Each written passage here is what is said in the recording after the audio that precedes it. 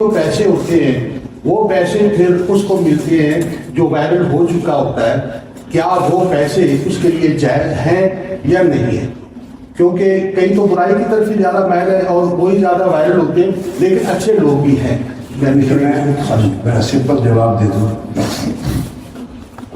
پہلی بات تو یہ سمجھنے کہ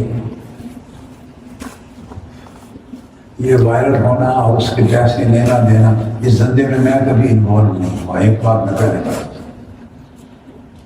میں تو اپنی یہ جو کتابیں پڑھی ہیں 650 تصانیف، یہ کتابیں ان کی رائلٹی نہیں لیتا میں۔ اپنی تصانیف میں ایسا آتھر ہوں کہ میں اپنی کتب کی رائلٹی، مصنف جو لیتے ہیں نا رائلٹی پیسے، میں تو وہ نہیں لیتا۔ اپنے خطابات پر کوئی 8 سے 10 ہزار کے قریب خطابات ہوں گے دنیا میں جو اویلیبل ہیں، ان پر کوئی رائلٹی نہیں لیتا۔ اپنی تصانیف جو پروڈکٹ ہوتی ہے اس پر رائلٹی نہیں لیتا۔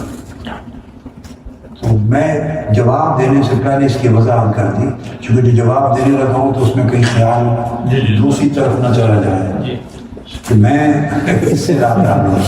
اب میری بات سنیں، میں اتنا رابطہ تعلق ہوں کہ آپ کے لیے ایک دلچسپی کی چیز ہے۔ دلچسپی میری عمر یعنی 65 میں آدمی ریٹائر ہو جاتا ہے۔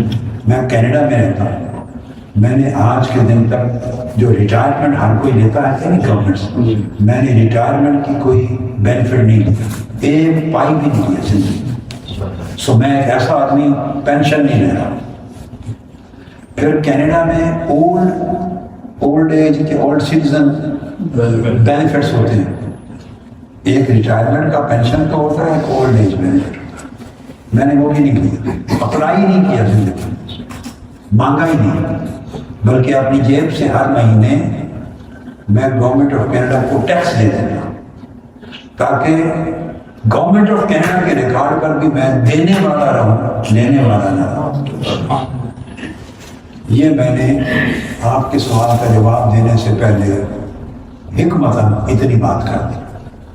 تو میں آپ سمجھ گئے، کوئی علم یا کسی زندگی میں کسی چیز سے لیتا نہیں، میں صرف اللہ کی دین ہے۔ اب آپ کا جو سوال ہے اس میں جس کا بھی وائرل ہوا یا جس کا جتنے بھی ویورز بن گئے اور فیس بک سے جس نے اس کو پیمنٹ کی، وہ بھلے جو بھی اس میں ایڈز دیتے پھرے، وہ کمپنی جانے، اس کمپنی کے مالکان جانے۔ آپ تو اپنی نمبر آف ویورز کے بیس پہ کمپنی دے رہی ہے، آپ کے لیے کوئی گناہ نہیں ہے، جائز ہے، ٹھیک ہے۔ ایڈز وہ اس میں کیا دیتے ہیں وہ ان کا اپنا بزنس ہے، آپ اس سے سروکار نہیں رکھتے۔